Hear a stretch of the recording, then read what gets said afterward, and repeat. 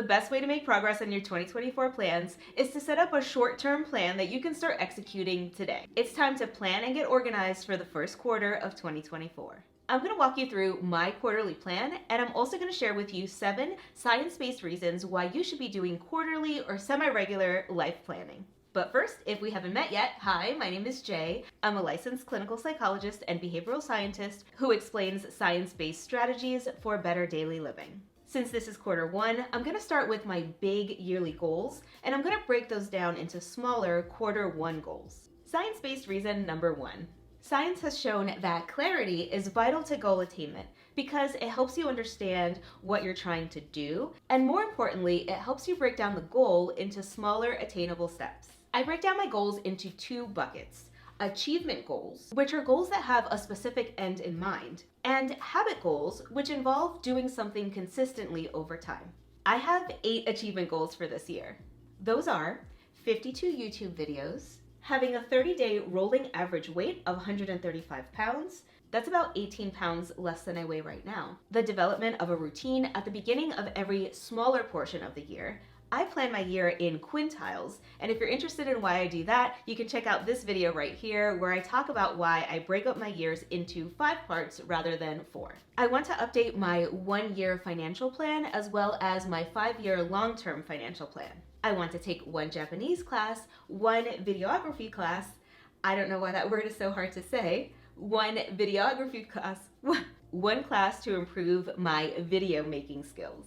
And I have a goal of earning $1,000 with my Flexible Forethought brand. I have 4 habit routines. 1 is to stick to the routines that I develop at the beginning of every yearly segment, and the other 3 have to do with people. I'd like to have 2 date nights a month with my husband, 1 friend outing a month, and I'd like to visit family 6 times over the course of the year. Now, those are my yearly goals, but quarterly goals give you a nice mix of urgency as well as runway for you to try some things out, be able to fail or adjust as needed, and be able to move forward toward your larger yearly goals. The deadline is close enough that you actually have to start working on your goals, but you have enough time to experiment, fail, and adjust while still moving forward toward meeting those yearly goals. The second science-based reason to plan your year in these smaller chunks is the role of success in maintaining motivation. Giving yourself 12 weeks to try something out allows you to gather up enough successes to sustain and maintain motivation moving forward. So let's break down some of my larger yearly goals into smaller 12-week goals. If my yearly goal is to make 52 YouTube videos,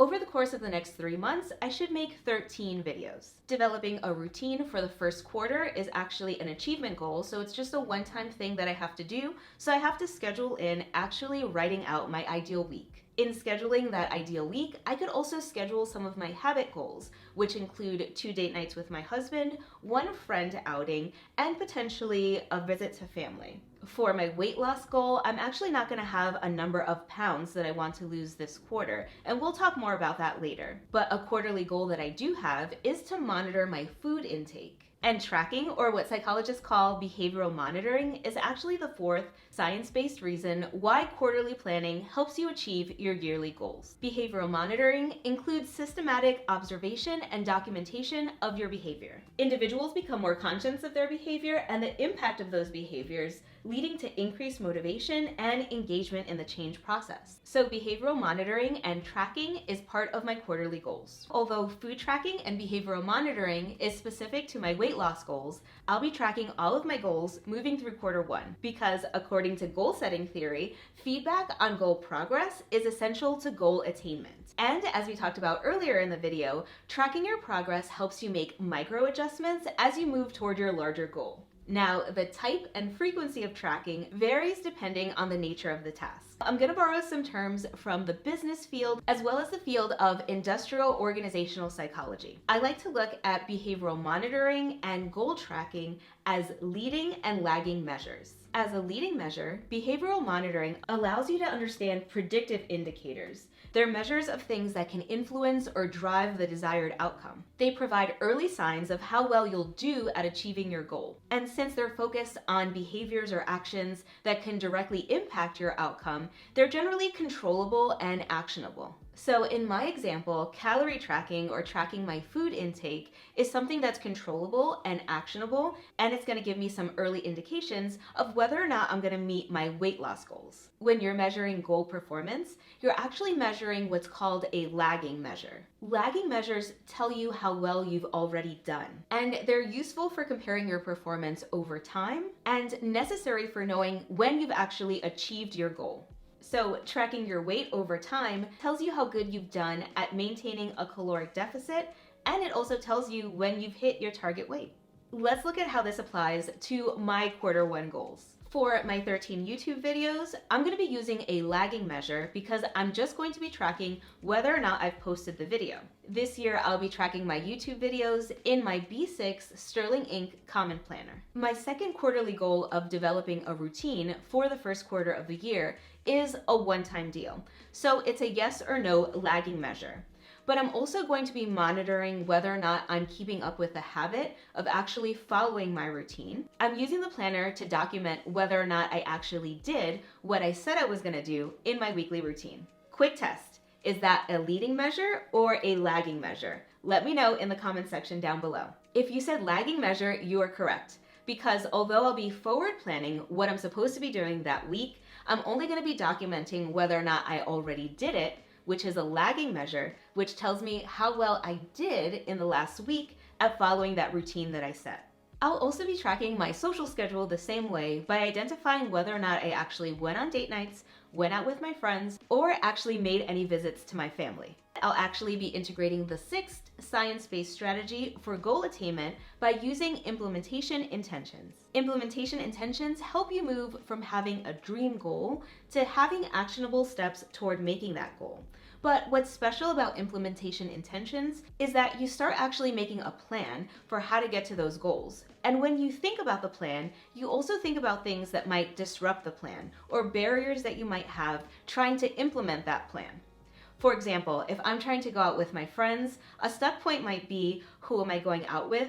Where are we going? Who's going to be paying? What day of the week does it work for me to go out with them? If I'm able to think about the barriers, I'm able to create if-then statements to address the potential reasons that might get in the way of me executing my plan. A 2019 study examined the use of implementation intention for increasing physical activities. All participants in the study received a pedometer and were assigned to one of two groups. The first group was just asked to report their daily steps to the research staff. The second group was asked to work through implementation intentions every evening. Each night, participants reviewed their personal schedules and identified when, how, and where they would add steps through their day. Over the course of the 4-week study, the intervention or second group increased their steps by about 28%, whereas the control group or the first group had virtually no change in their step count. So I'm going to be scheduling in my date nights, my friend outings, as well as my family visits. But I'm going to take the extra step to actually write down where I'll be going on date nights, what friends I'll be reaching out to try to set up play dates, and which family members I'll be visiting at the beginning of each month. I also have an implementation intention for tracking my food intake. I'll be tracking my food intake using MyFitnessPal, but there are times when I can't actually get into the app or it's going to take me a little bit too long, so I have a built-in alternative.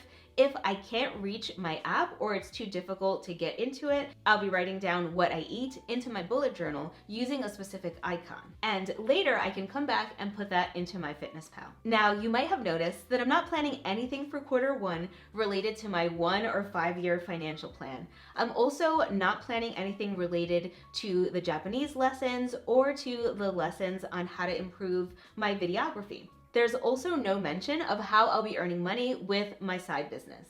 And that's because of science-based goal attainment fact number 7. Some evidence suggests that focusing on a limited number of goals increases your chances of goal attainment, which is why I'm bringing down my focus for Q1 and only working on a limited number of goals. After all, we are still just humans with a limited amount of time, energy, and attention. If you find it hard to narrow down which goals to focus on from a long list of things that you want to do, check out this video for science-based techniques on goal selection.